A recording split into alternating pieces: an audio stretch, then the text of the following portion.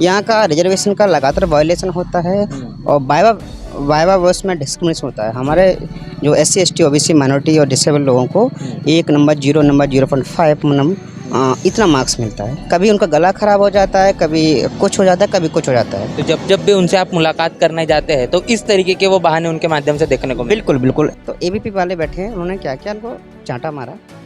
तो बोले कि तुम जय भीम का झंडा क्यों लगा के घूमते हो? तो उसने बोला क्यों नहीं लगा सकते? तो बल्कि हमको किसी पार्टी का तो है नहीं, हमारा जो राइट है वो कर जा रहे हैं कि हम तुमको आना जाना बंद कर देंगे।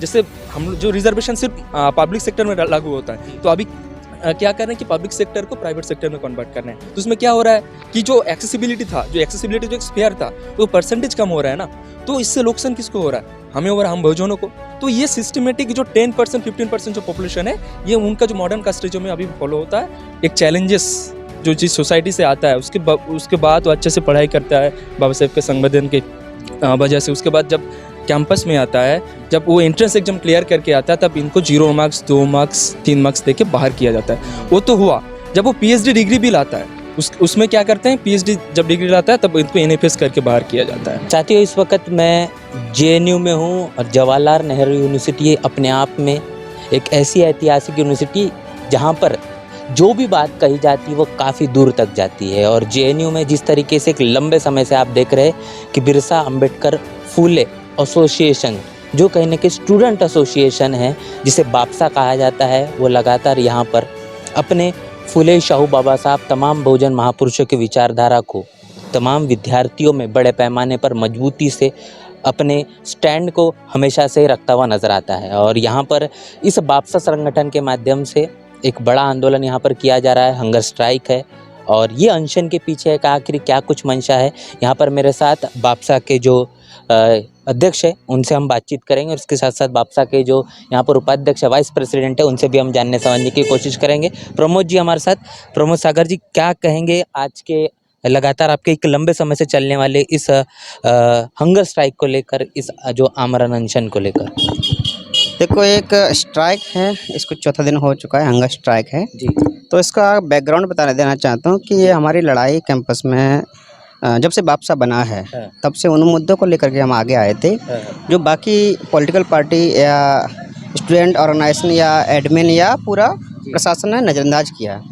यहाँ का रिजर्वेशन का लगातार वायलेशन होता है और वाइवा वर्स में डिस्क्रिमिनेशन होता है। हमारे जो SC ST OBC माइनॉरिटी और डिसेबल लोगों को 1 नंबर 0 नंबर 0.5 इतना मार्क्स मिलता है। और ये सीट कट का मुद्दा है और ऐसे मुद्दे जिससे एक लार्जर कम्युनिटी है जो अफेक्ट होती है। MCM का मुद्दा है, अभी इतने साल हो गए MCM को 2000 रही है, लेकिन हॉस्टल का मेस का बिल 4000 आ रहा है। तो ये वाला है। और हॉस्टल रिजर्वेशन फॉलो नहीं होता, और बराक हॉस्टल जो बन रखा है अभी तक वो एकदम उसको भी नहीं। तो इन तमाम मुद्दे हैं। अभी रिसेंट में JNU BC बोलते थे कि हम NFS नहीं लगता JNU में। अभी 27 जुलाई को जो मीटिंग हुआ था उन्होंने NFS लगा दिया, नॉट फाउंड सुटेबल। क्यों not found suitable? SC ST OBC सीटों पे लगाया गया। ये तमाम मुद्दे हैं, इनको लेकर के बापसा 17 में भी एक बड़ा प्रोटेस्ट किया था, एडमिन को ब्लॉक कर दिया था तब। और दूसरा जो वेटेज है वाइवा का 30% का मार्क्स का ना, उसको हमारा नाफे कमेटी का है कि वेटेज 10% होना चाहिए, मतलब 10 मार्क्स का होना चाहिए, 15 मार्क्स का होना चाहिए। उस पर लेकर के हमारी लगातार लड़ाई है। इस बार बापसा JNU में आया है, इन्होंने में आया है, तो उसमें एक चार्टर ऑफ डिमांड था JNU ने दिया था इनको, तो उस पर पहली बात VC मिलने को तैयार नहीं थी। कभी उनका गला खराब हो जाता है, कभी कुछ हो जाता है, कभी कुछ हो जाता है। तो जब जब भी उनसे आप मुलाकात करने जाते हैं तो इस तरीके के वो बहाने उनके माध्यम से देखने को बिल्कुल बिल्कुल। इस बार क्या होगा, मेल कर देती हैं वो, उसके बाद बोलती है गलती से मेल चला गया, उसके बाद अगले दिन बुलाती हैं। लास्ट में जब जो बात आपने बोली, थोड़ा उसको डिटेल में जानने की कोशिश। तो ये अब अपॉइंटमेंट, उनके मिलने के लिए अपॉइंटमेंट मांगते हैं, काफ़ी दिनों बाद अपॉइंटमेंट मिलता है।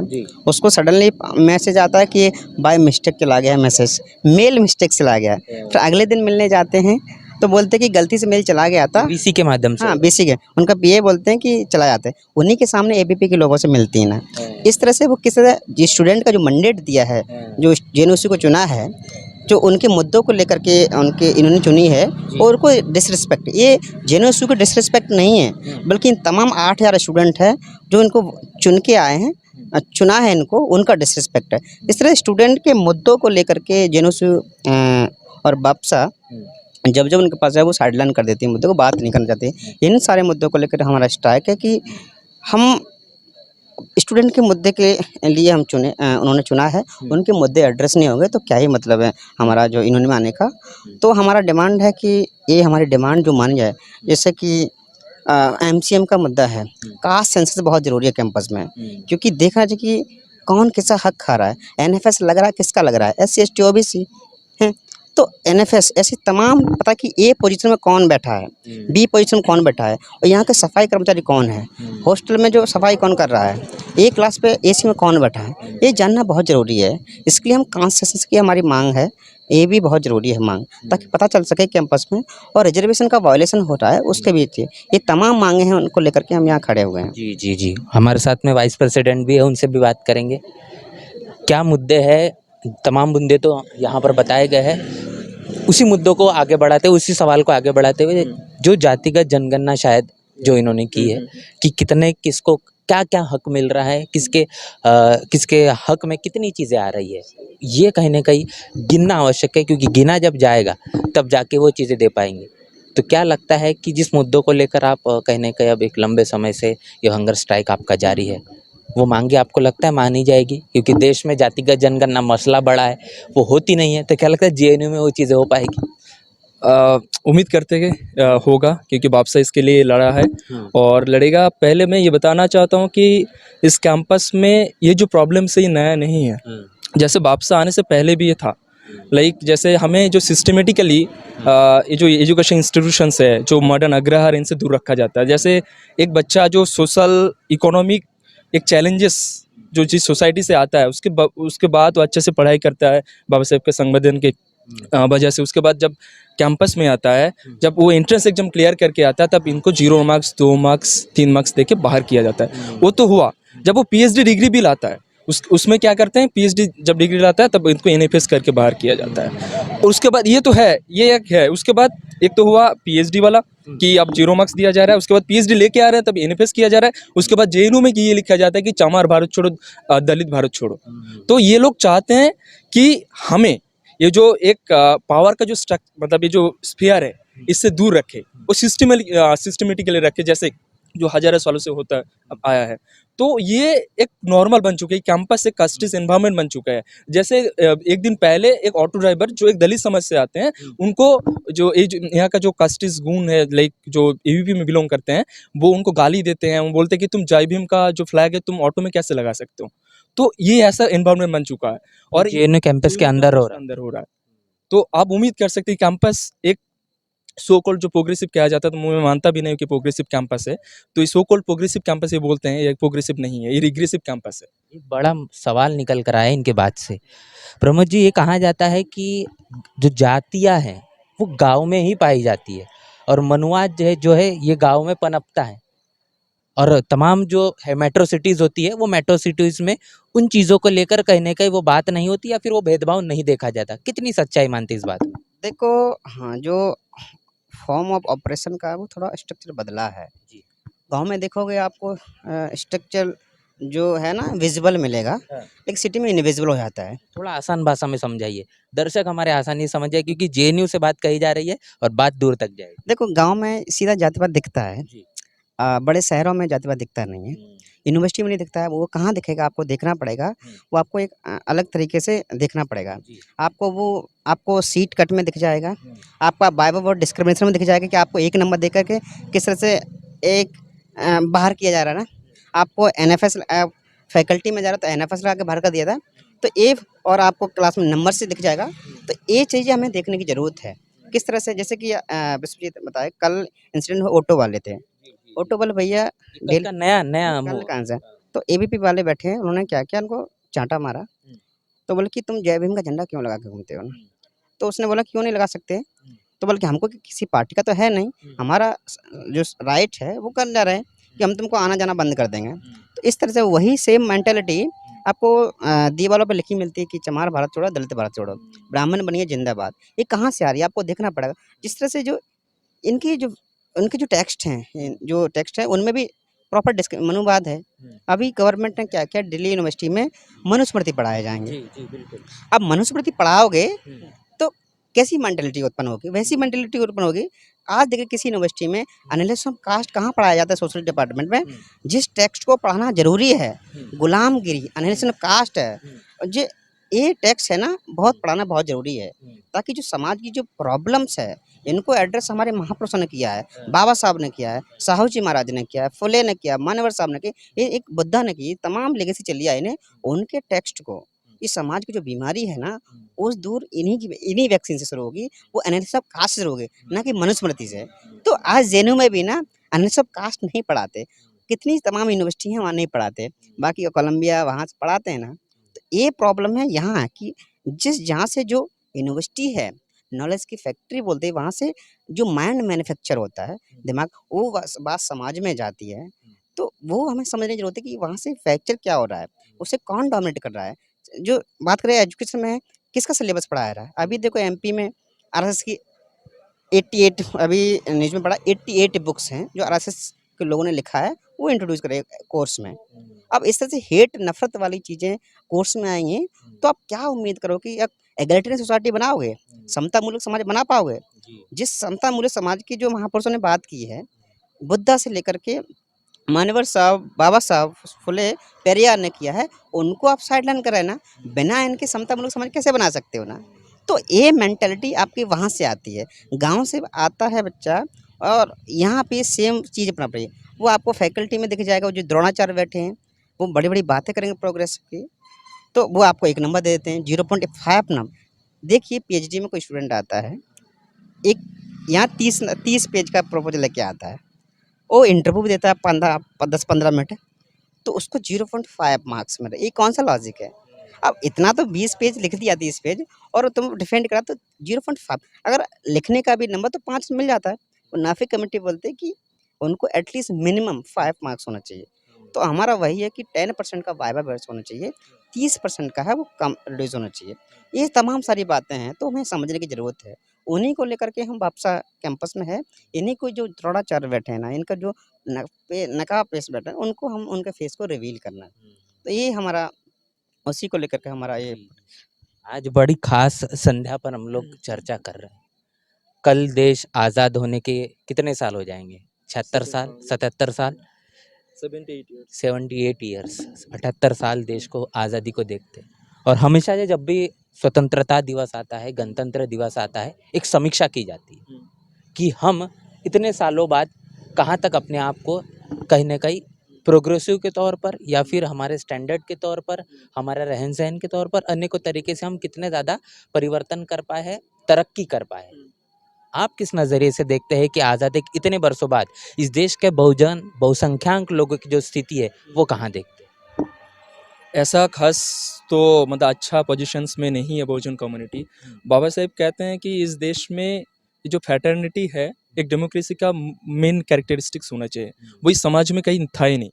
वो एस्टेब्लिश करना चाहता है जो बाबा साहेब संविधान जो लिखा है, क्या कहते हैं, equality, fraternity, liberty and dignity, ठीक है।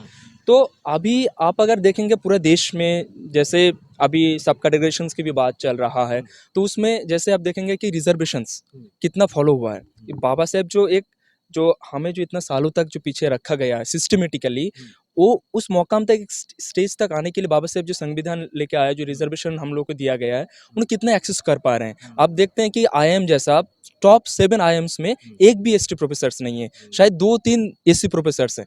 तो ये क्या बतलाते हैं, अभी भी जो कास्टिज्म है, मॉडर्न कास्टिज्म है, लाइक NFS के थ्रू हो, और बाकी तमाम जैसे PhD जो हायर एजुकेशन में जिस तरीके से जो डिस्क्रिमिनेशन किया जाता है, 0 मार्क्स 2 मार्क्स देके, ये तो हालत है। उसके साथ साथ आप अगर देखेंगे कि एट्रोसिटीज रोज दिन, NCRB का डेटा आगे देख लेंगे, कितना एट्रोसिटीज होता है, किसके साथ होता है। आप देखते मध्य प्रदेश में क्या होता है कि एक आदिवासी मेन के ऊपर प्रसव किया जाता है। अब देख लीजिए महाराष्ट्र में क्या होता है, हर जगह एक न एक केस देखने को मिलेगा। तो अभी भी वो कास्टिस्ट माइंडसेट लेके ये जो सत्ता में जो लोग हैं ना, ये अभी भी इनका जो कास्टिस्ट माइंडसेट है, और ये लोग चाहते हैं कि हम दूर रहें। तो प्रॉब्लम ये है कि इस देश में अभी भी कि ये जो बहुजन कम्युनिटी जो बाबा साहेब के विचारधारा के थ्रू आगे बढ़ पा रहे हैं, काशीराम साहब के विचारधारा के थ्रू आगे बढ़ पा रहे हैं, फूलों की विचारधारा के थ्रू आगे बढ़ पा रहे हैं, एजुकेशन ले रहे हैं, एजुकेट कर रहे हैं खुद में।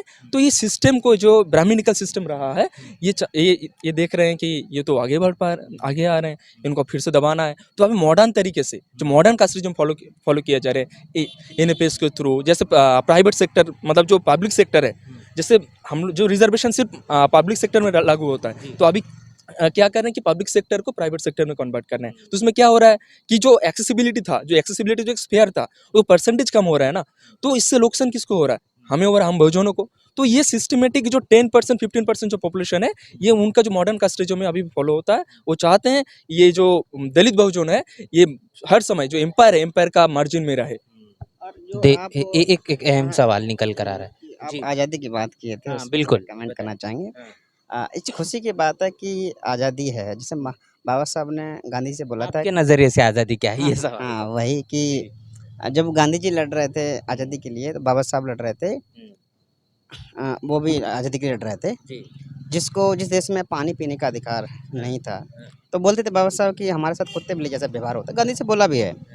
तो गांधी जी से बोले थे कि गांधी जी बोले बाबा साहब कि हम आज़ाद हो जाएं, पहले आज़ादी के लिए लड़ लेते हैं, उसके बाद हम इससे लड़ेंगे। तो बाबा साहब बोलते किसकी आज़ादी? आप जिस आज़ादी की बात कर रहे हैं, किसके लिए आज़ादी? तो वही आज भी सवाल वो वही सेम का तस है कि आज़ादी किसके लिए? कल ही देखना कि बंगाल में एक 31 ईयर जो डॉक्टर है ना, उसका रेप हो जाता है। कल ही बिहार में एक दलित लड़की का रेप होता है। डेली जहाँ एनसीआर डर गए, 6 से 7 लड़कियों को दलित लड़कियों का रेप होता है, आदिवासी लड़कियों का। हर डेली 10 लोग मारे जाते हैं दलित लड़के, उसमें एट्रोसिटी होता है। तो देखिए इस स्वतंत्र भारत में आज़ादी किसको मिली है? वो आज भी आज़ाद नहीं है। तो ये सिर्फ सत्ता का जो पावर का जो ट्रांसफ़र हुआ है ना, तो वो सेलिब्रेट हैं किस में? वो लोग डेली मारे जा रहे हैं ना, तो किस तरह की हम आज़ादी है ना, किसके लिए आई है ना? वो आज भी एक बस वही है कि अंग्रेज़ चले गए ना, वो ये लोग आ गए ब्राह्मण का सिस्टम। तब जब तक ये ब्राह्मण का सिस्टम से आज़ादी नहीं होगी, ये कंप्लीट हमें आज़ादी तभी हम फ़ील कर पाएँगे कि आज़ादी है। ये ब्राह्मण का सिस्टम से नहीं, ये गुलामी लागू है, सत्ता का स्थानांतरण हुआ वही है। है कि अंग्रेज़ चले गए हाँ। और बाकी 2 चले गए कि हाँ। एक लोग चले गए, दूसरा लोग आ गए, बस ये बैठ गए ना। तो लेकिन बाबा गुलामी साहब जिन पर थी उनके बाद वही बरकरार से है। बाबा साहब का जो क्वेश्चन है कि किसके लिए आज़ादी, हाँ। वो क्वेश्चन आज भी बना हुआ है कि आज़ादी है, सेलिब्रेट कर रहे हैं किसके लिए आज़ादी? आपने सरकार की भी बात की। लगातार देश के अंदर में तीसरी बार जो सरकार बन चुकी है, इस देश के अंदर जो मनुवाद लागू करना चाहती है, इस देश के अंदर में जो हिंदू राष्ट्र के बल पर जो कहने की सरकार में आती है ना? अनेकों प्रकार के मुद्दे हैं और ये मुद्दे उनके हमेशा से ही होते हैं। तो इसका असर कितना ज़्यादा यूनिवर्सिटीज़ पर पड़ता है, जेएनयू पर पड़ता है? क्योंकि यहाँ से जो है वो जो पॉलिटिक्स निकलती है वो पूरे देश पे चलती है। देखो पावर इन्फ्लुएंस करती है तो पता है हाँ। कि जो सेंटर में है वो बाकी यूनिवर्सिटी में भी सिविल सोसाइटी वो इफ़ेक्ट होता है।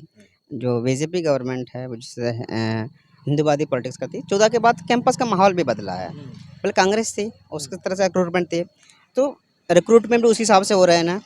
तो हर जगह लॉबी चाहे सुप्रीम कोर्ट से लेकर के हर जगह देख लेना, रिक्रूटमेंट गवर्नमेंट की जो फेवरेट हैं, उनके थ्रू रिक्रूटमेंट। तो ज़ाहिर-सी बात है कि वो बदलाव तो जारी है। यहाँ भी एक ग्रुप का जो प्रभाव पड़ा है, जिस तरह वही है कि कैंपस में इस तरह से जातिवादी चीज़ें भी बढ़ी हैं। बस बीजेपी एक अंतर है, बीजेपी खुल के करती है, बाकी पार्टी खुल के नहीं करती हैं। जैसे मान्यवर साहब बोलते थे कि एक नागनाथ एक साँप नाथ है। एक कोबरा साँप है, दूसरा इनविजिबल वो है, हरी घास में ना है, वो दिखता नहीं है, वो एक तरह से पॉइज़न है कि शहद ला के काटना। एक बीजेपी सीधा अटैक करती है तो लोगों को दिखता है ना। तो यूनिवर्सिटी अदर इंस्टीट्यूशन पे पल बहुत फ़र्क पड़ा है। यहाँ का जो एजुकेशन सिस्टम है, वो तरह से ये अपना आरएसएस ये हिंदूवादी एजेंडा है लागू करने के लिए लागू करना चाहते हैं। तो अपनी मनुस्मृति वही है, कॉन्स्टिट्यूशन से इनसे पढ़ने लिखने से मतलब तो है नहीं। इससे रिक्रूटमेंट भी हो रहे हैं, उन्हीं की तरह इनका कुछ अच्छे एजुकेटेड हैं लोग हैं, वो अभी बैठे हैं, बाकी लोगों का रिक्रूटमेंट हो रहा है ना। डीयू में भी है इस तरह से। अभी देखो कि हिंदू कॉलेज में लोगों ने स्टूडेंट ने बॉयकॉट कर दिया। क्यों कर दिया? क्योंकि वो उस लायक नहीं थे प्रोफ़ेसर। तो बीजेपी भी उस फ़ेवरेटिज़्म करके उन लोगों को बैठा रही है जो उनकी चमचागिरी उसे से करते हैं। वो कांग्रेस भी करती थी, लेकिन वही है कि सरकार आती है वो अपने हिसाब से करती है ना। तो इन बहुजन राजनीति का जो देश में हाल अभी बरकरार है, जो चल रहा है, कहीं न कहीं क्या उससे हमारे दलित आदिवासी जो पिछड़े जो बहुजन समाज के जो विद्यार्थी है, क्या उनमें कोई नाराज़गी यहाँ पर देखने को मिलती, कोई निराशा है? या फिर कहीं न कहीं आइडियोलॉजी को लेकर अभी भी मजबूती है और उम्मीद रखी रखी जा सकती है कि ये जो विचारधारा है, ये सकारात्मक विचारधारा भविष्य में कहीं न कहीं सफल हो पाएगी? देखो, अगर हम पॉलिटिकल बात करेंगे तो कहीं न कहीं बहुजन राजनीति का थोड़ा-सा डिक्लाइन हुआ है। लेकिन as a ideology, as a movement है, तो हमारी जीत हुई है। कैसे? देखो, जो बीजेपी जो कॉन्फिडेंस में थी, चारों सीट लेके आएगी ना, 19 में भी चुनाव हुआ था, सारे लोग विपक्षी दल ये हैं कि सब हिंदूवादी एक सेब पे जा रहा है, कोई हनुमान पे जा रहा है, इस तरह से धर्म की राजनीति। लेकिन 2024 का चुनाव हुआ, ये सामाजिक न्याय की। कांग्रेस या अदर ऑपोजिशन पार्टी को भी लगा कि वो राजनीति सफल होने वाली है नहीं। तो 21वीं सदी है ना, वो सोशल जस्टिस की मतलब राजनीति, तो उन्होंने वो अपनाया। तो आज मोदी को एक बैकफुट पे आना पड़ा, क्योंकि ये लोग संविधान का सहारा लेकर के जो हमारी लड़ाई थी, जो मान्यवर साहब ने शुरू की थी, कश्मीर से कन्याकुमारी थी, संविधान बचाओ, वो जो यात्रा शुरू की थी, उसको विपक्ष ने इंडिया अलायंस से अपनाया। हाईजैक कर हाँ, हाईजैक किया, तो उसके थ्रू वो जीते। दूसरी बात, अगर आप पार्लियामेंट में देखो, ये काफ़ी हिस्टोरिक रहा है। जितने भी जो एमपी थे, जो विपक्ष के थे, सारे लोगों के हाथ में कॉन्स्टिट्यूशन था और जय भीम के नारे लगे थे। इसको इसको हम ये जीत मानते कि ये हमारी बहुजन जो आंदोलन था, जो बाबा साहब का आंदोलन जिसको मान्यवर साहब ने शुरू किया था, वो इतना जीत है। तो हम राजनीतिक रूप से थोड़ा हुए हैं, लेकिन आइडियोलॉजिकल हम जीते हैं, तो हमारी मतलब विचार। यानी अभी भी इस विचारधारा से हाँ। अपने 21वीं सदी की बात हाँ, की, हाँ, हाँ। कांशीराम साहब कहते हैं कि ये हमें हमारी 21वीं 21 सदी बहुजनों की सदी होगी। वो बात सच है कि आज बिना बहुजनों के बात हित की बात किए, कि वही बात है कि जो बहुजन की बात करेगा वो दिल्ली पे राज करेगा। ज़ाहिर से कॉन्स्टिट्यूशन की बात कहाँ किसने सी की? मान्यवर साहब ने सिलेक्ट किया।